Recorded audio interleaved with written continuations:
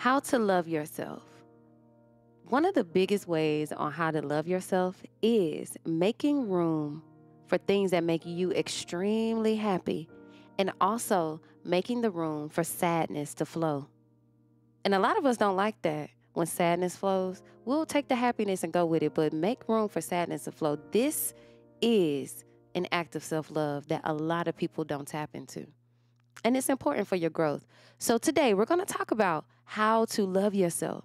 And these are ways.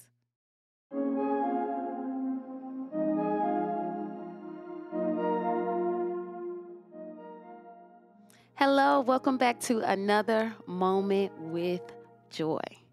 I want to thank each of you for always tuning in with me to share time and to share space with me. And I love each and every one of you for doing so. I'm just starting out on this journey and you guys have been showing me so much love. So if you are not subscribed to the channel, go ahead right now and press the subscribe button and subscribe so you can get the videos and all the content that's coming your way. And also, please, y'all, share this video with 2 or 3 people that need to hear this message. And if you go down to my YouTube page, you guys can look at all the other videos and share and send those too for somebody who may need to hear it, okay? So today, I am talking about love. Valentine's Day just passed, and of course, Valentine's Day is centered around couples and people who are together in serious, committed relationships. And sometimes, we'll have a Galentine's Day, and it'll be real cute because we get out with our girls or whatever, and we'll do something to celebrate Valentine's Day if we're single ladies, okay?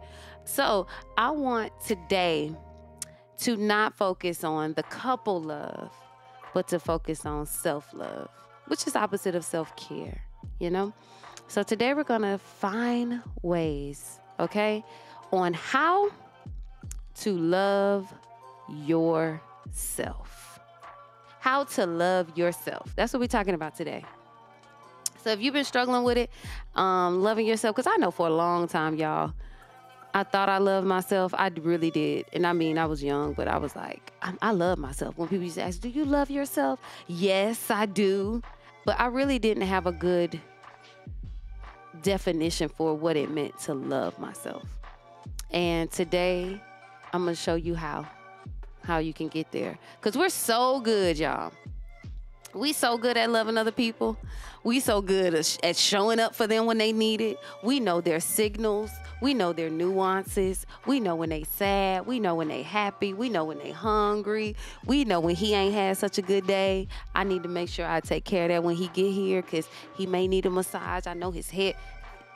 We know all the things when it comes to somebody else. But when it comes to us, we're not so good at that. And that's what this episode is going to help us do. Focus on how we can show up for ourselves the way that we show up for others. So we can love ourselves the way we love others.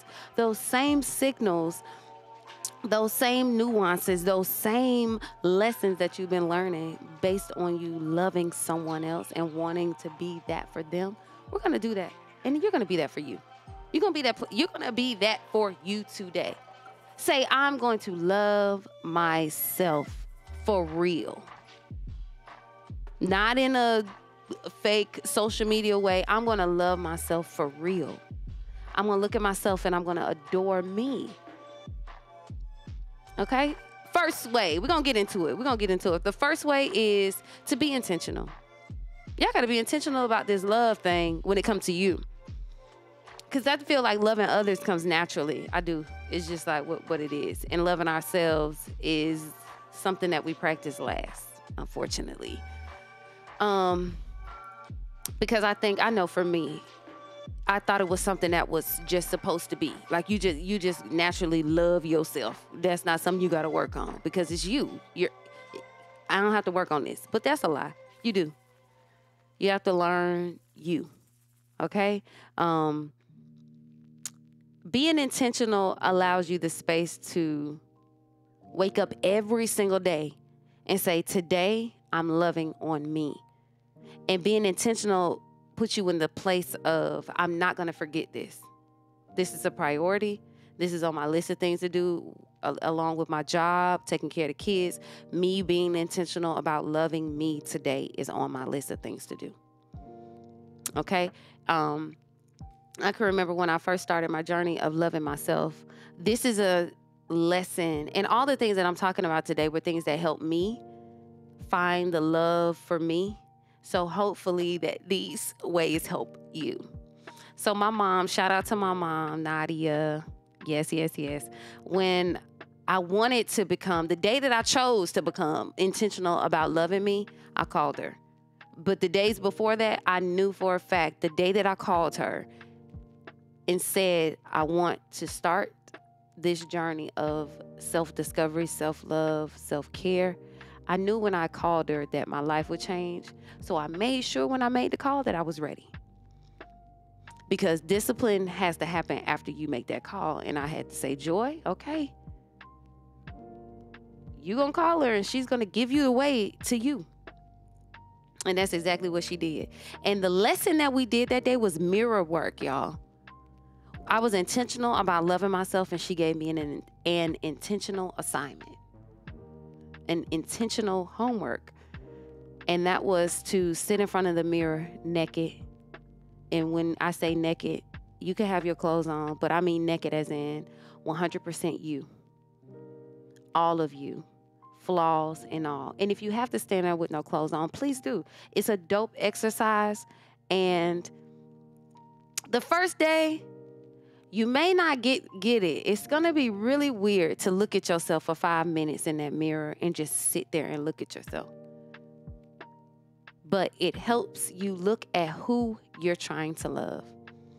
And I know when I first did it, I remember her sitting me in front of the mirror and she's just like, what do you see? And I couldn't say a word because what I saw, all the things were bad.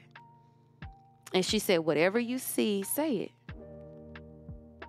And I'm like, I'm a coward. I'm a loser. I'm a procrastinator. I don't finish what I start. I'm not consistent. I leave people hang. There were so many things that I said bad about myself. And I wouldn't have said those things if I wasn't sitting in front of that mirror. Okay? So the mirror work will allow you to sit there with you and the things about you. And I promise you, by the 5th day of me sitting in front of that mirror, I began to see things that I loved about myself. Coward turned into the truth. Low self-esteem turned into high self-esteem. Not loving myself turned into me loving myself. Even the skinny girl that I just disliked, because I was like, God, you could have gave me one hip. You could have gave me one dip in this figure of mine, but he didn't. So I had to learn to love this person. And mirror work helped me do it. Being intentional got me the guidance I needed, and it got me the lessons I needed. So be intentional about loving yourself. That's the first step. The second step is knowing what your soul needs. The soul communicates through emotion. And people hate saying, I'm emotional, I'm so emotional. Tap into your emotions. When you feel them, no matter how high or low they are, tap into them. Figure out why they are there. Knowing what your soul needs allows you to pay attention to what you need, okay? Because once you satisfy your soul, your whole being just becomes completely new. And you will know how to find out what your soul needs when you tap into those emotions and you start dissecting what they are and get to the root of it. Because when we let them fester, when we let our emotions fester, that's damage to our bodies. And that is not love. When we allow an emotion to arise, we get angry, we get mad, we get sad. Even if we're grieving, we just hold that thing in, put it to the back of our brains and put it in our little memory box and expect it to disappear. No. You cannot ignore your emotions and expect to get over them. When you hold your emotions, it's like your body starts to scream, help, somebody help me. That's all your emotions like, get me out of here.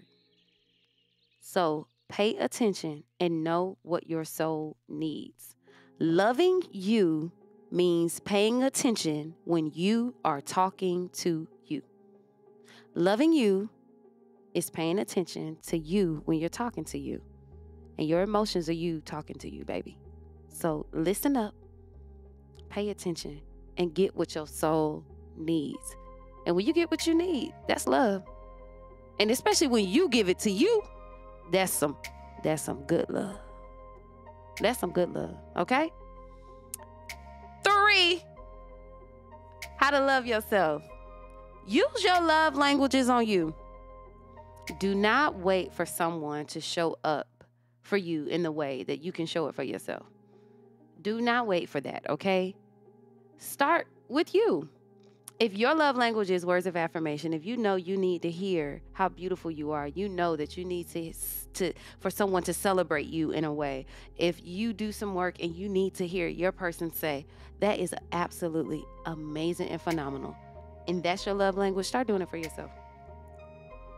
Start doing it for yourself. If touch is your love language, start booking you some massages. They got something down in Buckhead called Treat Your Feet. I make sure I have me an hour because I love touch. And that person just gets down there and just gets all in your feet. They use sticks and everything. I love going to Treat Your Feet in Buckhead. So whatever your love language is, do that. Quality time. If you like quality time, find some time for you to do what you love to do. This is how we love ourselves. Okay? Gifts. Now, y'all, this is my favorite one. The number one love language for me is gifts. I love gifts. Gifts let me know that you really care about me. Okay? You give me a gift, you might care. Okay? And even if you don't care, I'm going to love that gift. Got you. So, gifts. If you love gifts, buy yourself stuff. Don't wait for somebody to go get them shoes that you want. You work hard. Go get them for yourself. Okay? Acts of service. Start doing stuff for yourself. All of the things. You give you the gift of love. We're not going to wait for anybody else to do that. Okay? So, number 4. Number 4, how to love yourself. We must unlearn that we're not supposed to love ourselves in the Christian world, because that's where I'm at with it. In the Christian world, we're taught not to be proud, not to be boastful, not to do any of those things. All glory goes to who? To God. Okay? That's it. You don't get any glory. You didn't do anything. He used you to do that. That's what they say at church, y'all. And I want you to understand that Matthew, in the 22nd chapter, it speaks about loving others as you love yourself. And that might not be verbatim, but God commands us to love others the way that we love ourselves. And if you don't know how to love yourself, how can you do the rest of what that commandment asks us to do? Don't allow people to study the word, dissect the word, and then give it to you and you take it for face value. Study to show thyself. Study to show thyself. Thyself, you, yourself. Love you. Okay? That's the word. It's okay to love yourself. It's okay to be proud of yourself. It's okay to understand that when greater is in you than he that's in the world, that when great starts to come out because that's all you can do, because that is who you are, you embrace it. Unlearn that we're not supposed to love ourselves. You are. You're supposed to tap into who you are. When you done something great, you did that, sis. You did that, bro. You did it. And the thing is, people always say, well, you didn't, you got to give glory to God. I do. In all things, I give thanks to him. All things. But understand that I also look at myself and go, you're a powerful being for being open to God using you in such a big way. Don't negate the fact that we, the vessels, also need that uplifting to keep going. Love yourself. And then guess what? When you start loving yourself and you notice that the God in you is shining through, then you start loving on everybody around you because you see the benefits of it. Okay? So unlearn that you're not supposed to love yourself. You are. And love yourself out loud. He made you in his image and in his likeness, meaning you're good. You're good. Don't believe the hype. And I say this, people gonna be surprised who in heaven. When y'all look around, y'all gonna be surprised. It ain't gonna be who y'all thought it was gonna be because God don't think like humans. He thinks way beyond that. And his word is true. Let me move on to this. Because listen, I almost my God, you're supposed to be loved and loving yourself, okay? Let me move on. How to love yourself. You got to set the stage for your emotions, y'all. Set the stage for your emotions. Set the environment. Make room. Make room so you don't have to cut off your life experience. Because when you don't make room for your emotions, what are you doing? You're cutting off experiences. Because we'll sit in an emotion and not move. There's a time and a place for everything. There's a time to laugh. There's a time to cry. There's a time to weep. There's a time to mourn. There's a time to rejoice. There's a time to reap that harvest. It's a time for everything. And that's what excites me about this part, because we're going to set the stage to feel. Okay? And when I say set the stage to feel your emotions, that's all of them on a big spectrum, not small spectrum, not just when we happy, we're going to make room for that.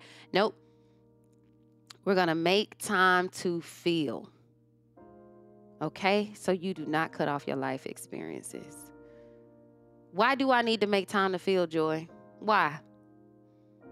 Because if you don't, it will take hold of your body. And honestly, I'm not a scientist, I'm not a doctor. But what I do know is if you hold on to certain emotions and you do not release them, it will be very, very detrimental for your health. Okay? You can become sick if you hold on to certain things. And that has been scientifically proven. You can become sick. So you can't hold on to your emotions. You have to make room to release them. Okay? Well, how can I do that, Joy? This is another way to love yourself. Make time to travel. Make time to do crafting. I love to do DIY. Is it DIYs? Do it yourself. I love to do those things, right? Gatherings. And I put on Instagram, y'all played me on Instagram because I put on there that y'all want to gather, and then the only people hit me up was men. All the men wanted to gather and none of the women wanted to gather. Unless y'all just didn't see the post because of the algorithm. But on this episode, if you are interested in small, intimate gatherings, I am ready to do them with you.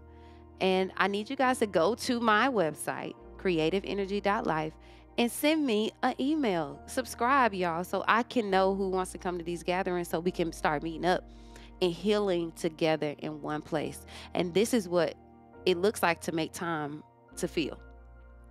When you go to a gathering, especially one of mine, this is where as soon as you walk in the door, understand and be intentional about the fact that you're about to feel.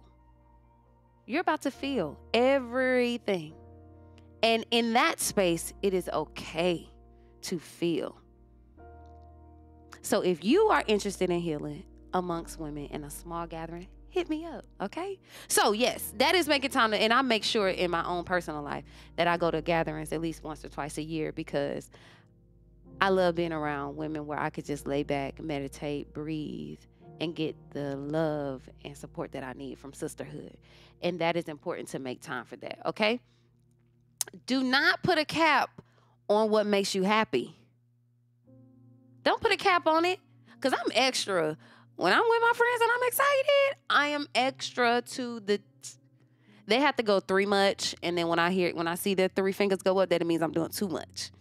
But I don't put a cap on my happy, because I don't put a cap on my sad neither.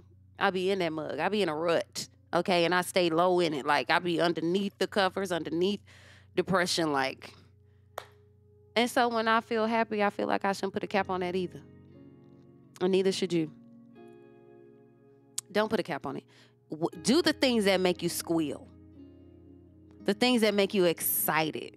Do those. It's medicine to our soul. It's medicine to our soul when we can laugh and joke and play.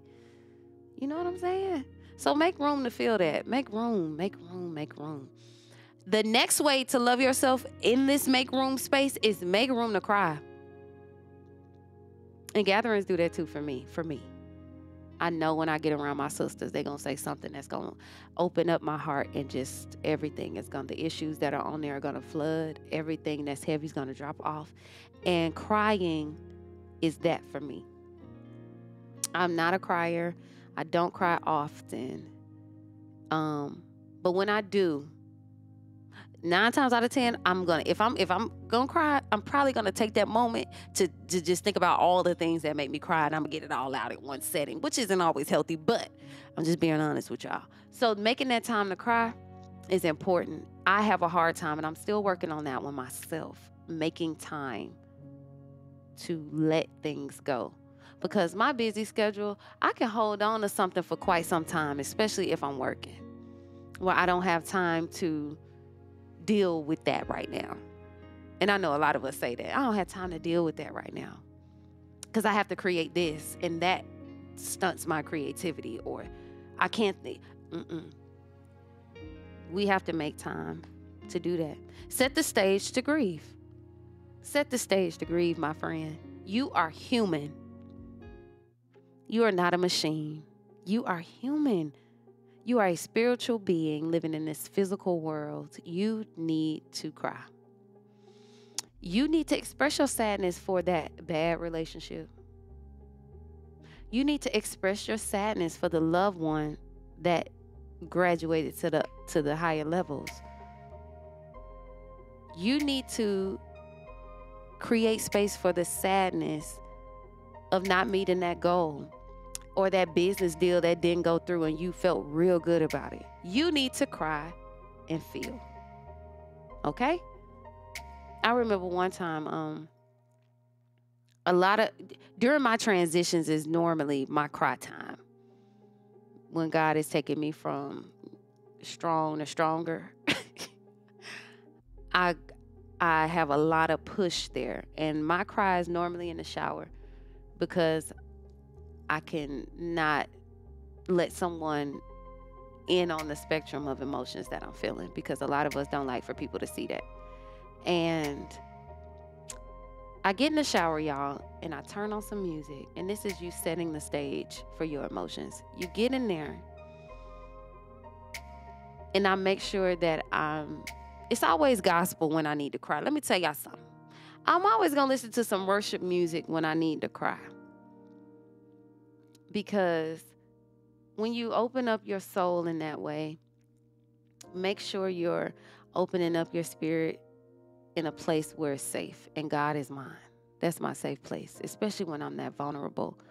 I only trust him with them parts of me. I only trust him with those parts of me. That's why I get in the shower, I turn on some music, and I let it out. And God always catches every single tear. And I become renewed in those tears. I become refreshed in those tears. And it's like I'm getting a bath all over again spiritually. So turn on what makes you feel safe and secure in your spirit. Not your flesh, not your skin, not this avatar, but your soul, your spirit. Go into there. Go inward. And when you decide to love yourself well, you're showing up and saying, this is who I am. This is what I got.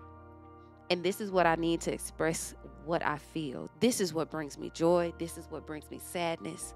Be vulnerable in your safe spaces. Be vulnerable. That's how you love yourself. Be open. Cry. Let it out. Tap into those emotions. Unlearn that you're not supposed to be that way, and learn that you are. You are everything. You are everything. You're everything. Love yourself. I love this. So, laughter. You got to laugh a little bit more. Laughter is medicine. While you're in there, you have to laugh while you're in the moment of intentionality of loving yourself. Laughter should be your medicine. And how do I laugh, Joy? Just could just sit there. No, find what's your favorite movie that make you laugh? What comedian makes you laugh? What baby do you need to bring around that brings joy to you? Find what makes you laugh and be around that. Another way to love yourself is to give yourself the space to find the words that can express your emotions clearly. And you have to create a safe space for that and find people that you can actually share this safe space with. Allow people, y'all, to see your spectrum. Let them see the highs and the lows of you. Let them see you. This is what self-love is. Self-love allows you to show up as you wherever you go. It gives you the permission to show up as you. I'm telling you, my friends, they've seen me ugly and they've seen me beautiful. And they've seen the in-between and they still choose a girl. I'm grateful. Find your tribe that can look at you at your lowest and say, that's my girl. I'm going to pick her up. I know who she is. And find your tribe that says, this girl is on her high horse. I love her. She's doing everything she wants to do. Let them see you. You're human. Let people love you in all of your humanity. Okay? That's another way. Let people see the highs and lows of you. And so you can show up in a place as you every single time. We never have to second guess that. Okay? So what we going to do, y'all? How can we love ourselves better? We're going to find out what our soul needs. We're going to be intentional. We're going to stand in that mirror and we're going to look at our bodies and we're going to start loving ourselves. We're going to start loving ourselves. All the flaws, the insecurities, the no hips. Thank you, Lord. Because he knew if he gave me hips, it'd be over with. So I'm going to just love every piece of this small, petite body. Okay? We're going to use our love languages on us. If you like to get gifts, get them for yourself. Don't put that pressure on nobody else. Because I'm telling you, you start buying stuff for you, that person will see that, oh, she like to take care of herself. So if I'm going to enter into her space, I know this is definitely what she's going to need to be seen, to feel loved, okay? What else? We're going to unlearn Bible readers, Christians. You're supposed to love yourself. You're an extension of God. Child of God. Friend of God. I am a friend of God. You think that a friend of God, a child of God is low? No. I was about to go somewhere with that, but no, you're not low to the ground. You're not the scum of, no, you are high. He called us to walk. We could walk upon serpents. He gave us power to tread, okay? To take this, what is it? Possess the land. Like we have power as children of God. And you got to love yourself in order to tap into that power, because once you start loving yourself, you like, oh, you realize that all you're doing is tapping into the love of God. That's all you're doing. The deeper you go in you just going deeper in God. That's it. So we're going to unlearn that you're not supposed to love yourself, and we're going to learn that you are. You are, and it's okay. Come talk to me if we need to get deeper into that. Come talk to me. We're going to set the stage to feel our emotions. We're going to make room so we're not cutting off our life experiences by holding on to things that literally end up killing us. We're going to cry. We're going to make room to cry a little bit more. We're going to make room to release the things that don't feel so good instead of holding on to them. And we're going to decide today to love ourselves the way that we love everybody else. Okay? Because God was like, love others like you love yourselves. Because maybe back then they was loving themselves a little bit too much. He was like, wait a minute. Y'all need to probably love a little bit more. And you'll know my disciples by the way they love. And if the disciples are loving real good, that means that they were loving themselves real good, because that's just the word. Which is how I feel about it. So set the stage, y'all, to cry, to grieve. Don't Don't be afraid to express that sadness, even if it's years. Find your safe space to go where you can say, I'm thinking about my father today. I'm thinking about my mother today. Or the divorce that happened 2 years ago, but you still feel it, sis. Or, bro, you still feel it. It's okay to still feel it after 2 years. Don't let nobody put a cap on on your grief. Or tell you how to grieve or how long you should grieve. But what I do want you to do is make space to get it out when it does pop up for you. And that is an act of self-love. All the things I named, acts of self-love. You got to do them for yourself today. So what we're going to do, we're going to love ourselves better. How can I ask for that joy when I need it? What can I say to someone, my partner, my friends, when I'm feeling like I need to make some room and they may not understand, or I'm not used to asking for that space? You can say things like this: I need space to tap into me for a little bit. If I could just get that. And then I'll be able to express my emotions to you way better after I spend time with myself. Those are ways you can ask for it. Okay? Do the things that you want to do that don't nobody else want to do with you. Do those alone. If you like to go to sip and paint, but don't nobody else want to go to sip and paint, go to sip and paint. If you like to hike, but don't nobody else like to hike, go hike. And guess what happens when you show up to all those places alone? You find people who like to do what you do. And that might be your tribe. So when you go out to those places alone, be open. Smile, walk in there with your head up with a beautiful aura, and meet the people who want to do what you do. Okay? So those are ways to love yourself. I hope that this episode helped y'all tap into some ways to really get in there and spend some time with you. And even if you didn't have a Valentine's this season, be your own. So next year when February roll around, we loving on ourselves. We taking ourselves out. We doing a thing, okay? So here is to loving you. Okay? Thank y'all for joining me on another Moment with Joy. Peace.